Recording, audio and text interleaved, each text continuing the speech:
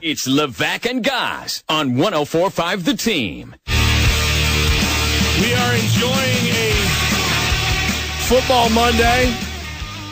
Jets win, Bills lose. Giants had the bye week, so they didn't actually have to do anything, and that means that we were able to pay a little extra close attention to their division rivals. The Eagles played the Cowboys in what was a fun game to watch with some weird things going on. But we got Byron Hunt, former linebacker, Super Bowl champ for the Giants, with us right now. Byron, as you look at the Cowboys and the Eagles, do you think that the Giants can be good enough to catch those Cowboys? Wow, that's a hell of a question, guys.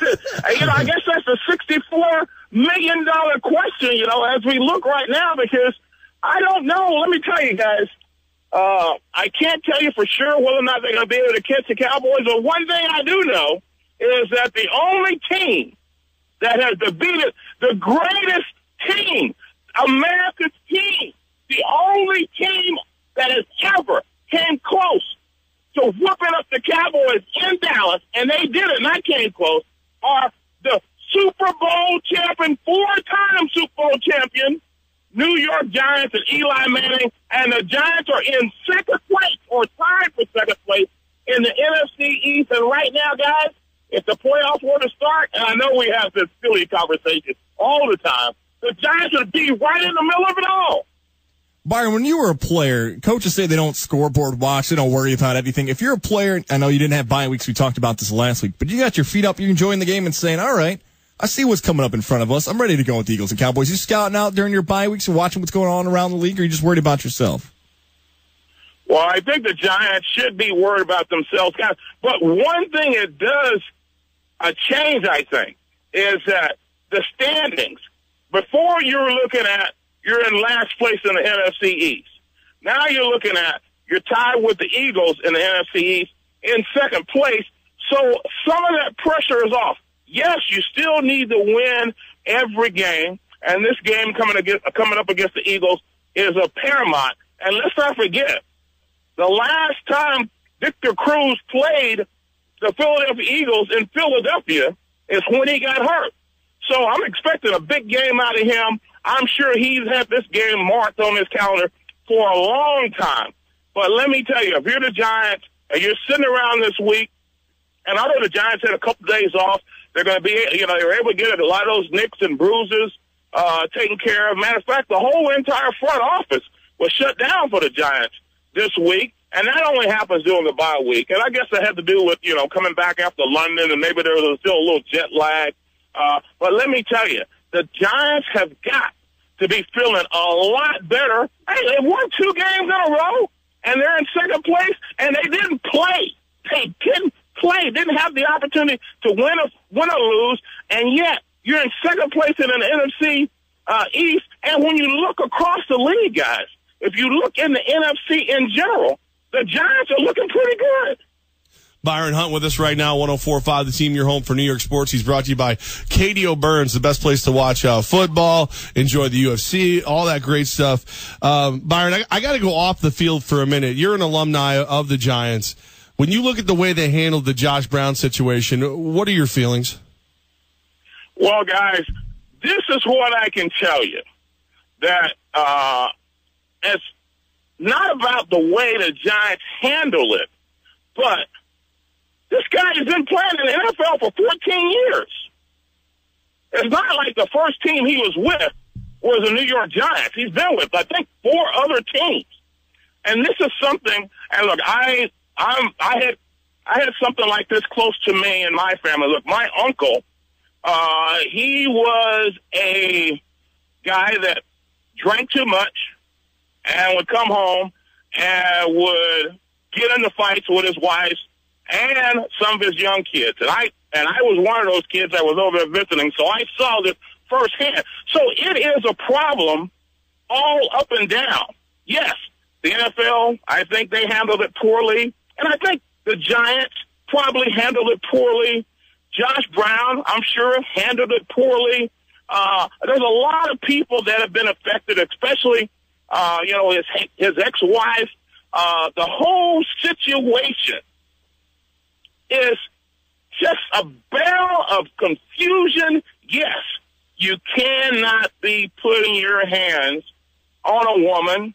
You cannot be doing that. And I feel very strong about this. It's a problem for him.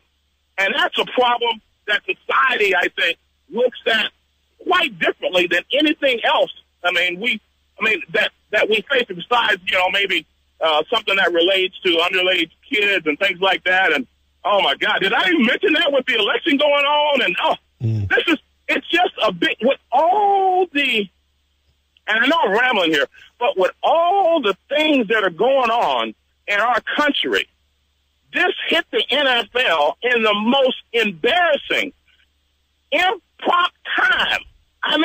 Think about what we're looking at on the news every day, right, around this whole election, and the NFL is now dealing with something like this, and it just all smells really bad, like an outhouse in 100-degree temperature weather. Byron Hunt with us right now, 104.5 Team. Byron, obviously. Can I just say that? That smells bad, right?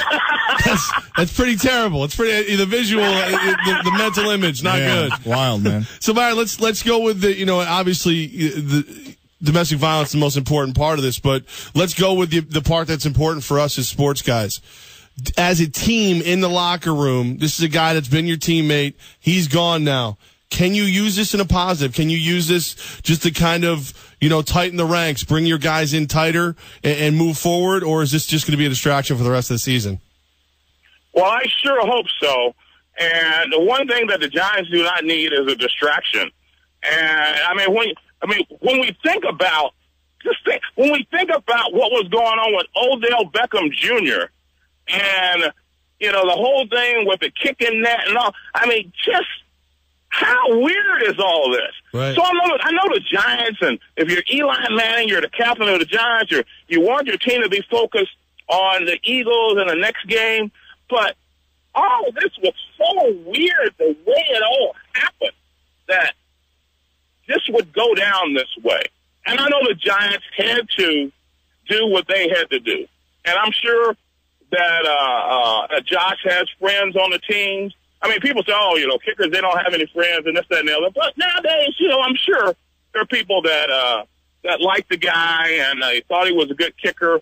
But you have to, as a head coach, and this is going to be from the head coach McAdoo all the way down, you have got to be able to tell your team that we have got to do one thing, one simple thing, and that is beat the Philadelphia Eagles at home, because they have come, and it's happened too many times, guys. They have come into MetLife Stadium, Giant Stadium, and whooped the Giants and took their candy and sent them home. And it's got to stop sooner or later. If I'm McAdoo, that's what I'm saying.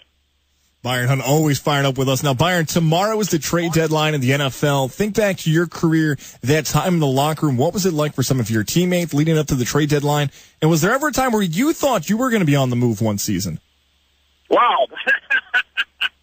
I heard those rumors all the time, and Bill Parcells used to always talk to different guys and say, a lot of guys want you out there. Well, hey, back in the day, a trade, that didn't happen very often. But let me tell you, in 1986, when we were in the middle of our Super Bowl run, some kind of way, George Young was able to get one of the best running backs in the NFL, O.J. Anderson, on our team in a trade. Can you imagine that? Yeah.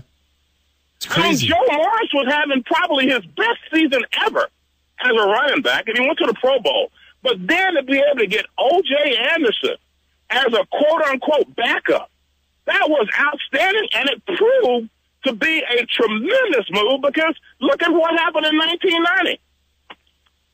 Throwing O.J. uppercuts. Anderson, MVP, not That's bad. right. Yeah. Throwing uppercuts, getting things done. Byron. That's exactly right. And hey, how about those Raiders? I heard they were first place out in the West Coast. Yeah, I want to bet over my co-host over here, guys. He's a Bucs fan. He's got to wear a Raiders jersey on Radio Row at the Super Bowl. Byron, it hurt watching that happen. Overtime loss for my squad. I know. But hey, you know what? So what's the big deal? The most penalized team in the NFL? Hey, it's throwback. It's like throwback. It's like the old days. It's like the store, right? Yep. I mean, it's like my man Hayes with grease all over him. Who knows what was in that grease? I mean, all I know, they call it stickum, but it's like the old days. I mean, come on. How great is that? Football's more fun when the Raiders are good, whether you like them or hate them. Well, I must admit, guys, is that, it is good to see that the Raiders look like they're back. I mean, you know what? I know some guys with the Raiders. I grew up as a Patriot fan, and one of the first players I met, my brother Sam, introduced me to the first-round pick for the New England Patriots, Mike Haynes. And when he left the Raiders, when he left the Patriots and went to the Raiders, and then Jim Plunkett from the Patriots to the Raiders. So I have always been kind of a distant fan of the Raiders because two of the guys that I really liked for the Patriots, they got traded to the Raiders, and they both won Super Bowls out there. So I kind of give the Raiders a little bit of love. Hey, guys, but just remember, let's not lose focus out there, Giant fans. That's right. And go down to Katie O'Brien's and have a drink. Have a drink. Have another drink. Go down there. Watch that Eagles-Giants game. It's going to be big. It's big, guys. I was going to say it's huge, and I know up around Albany, you guys go here, this guy go, it's huge. Well, it is huge. Byron Hunt getting you fired up for Sunday's game against the Eagles at Katie O'Brien's. Byron, we love you, brother. Thanks for calling in. Anytime, guys. Talk to y'all later. You Talk got to you it. next week. All right. Perfect. Bye, Byron.